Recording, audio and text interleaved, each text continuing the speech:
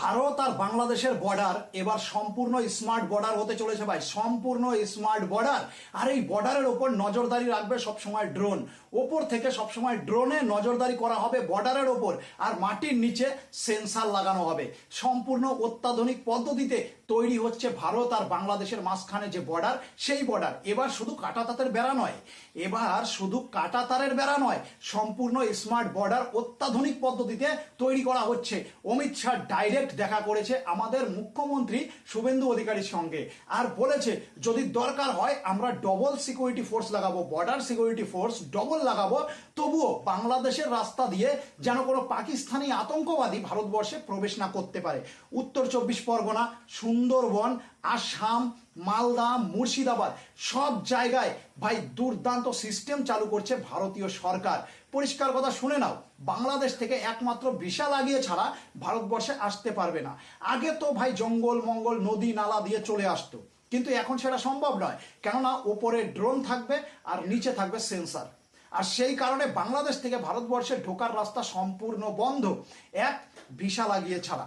Visa তোমাদের confirm লাগাতে হবে। আর সব থেকে বড় কথা ভাই, আমাদের বর্ডার সিকিউরিটি ফোর্স পশ্চিম বাংলায় ডবল হতে চলেছে। পশ্চিম বাংলায় বর্ডার সিকিউরিটি ফোর্স ডবল হতে চলেছে।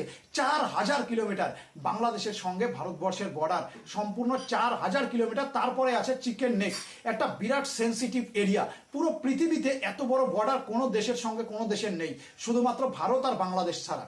কোনো দেশের সঙ্গেই কোনো দেশের এত বড় বর্ডার নেই। আর সেন্সিটিভ এরিয়া হচ্ছে চিকেন নেক। চিকেন নেকে সবচাইতে বেশি নজরদারি রাখা হবে, চিকেন নেকে সবচাইতে বেশি নজরদারি রাখা হবে, ভারত সরকারের পক্ষ থেকে সরাসরি বলে দেওয়া হয়েছে। আর ভাই স্মার্ট বর্ডার মানে তো নিশ্চয়ই এতক্ষণে সকলে বুঝে গেছো যে ভাই বাংলাদেশ থেকে যারা ভারতবর্ষে লুকিয়ে চুরিয়ে আসতো তারা জীবনে কোনোদিন আসতে পারবে না, সম্ভবই না। সেই সিস্টেম বন্ধ করার জন্যই এই স্মার্ট বর্ডার প্রকল্প চালু করেছে ভারত সরকার। স্মার্ট বর্ডার, অমিত শাহ নিজে এসে বর্ডার রক্ষণাবেক্ষণ করে গেছে পশ্চিম বাংলায় ভাই, শুভেন্দু অধিকারীকে সঙ্গে নিয়ে, আর আলোচনা করেছে বর্ডার সিকিউরিটি ফোর্সের সঙ্গেও।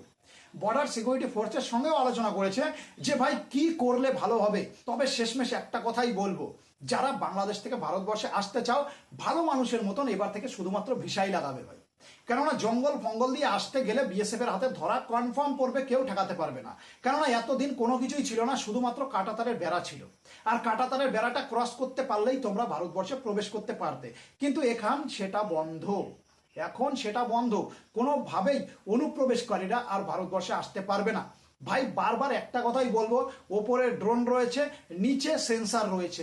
কিভাবে তোমরা ফাঁকি দেবে, কিভাবে ফাঁকি দেবে ভারত সরকারের নজর, ভারতের সিকিউরিটি ফোর্সের নজর, বর্ডার সিকিউরিটি ফোর্স বিএসএফ, তার নজর কিভাবে ফাঁকি দেবে?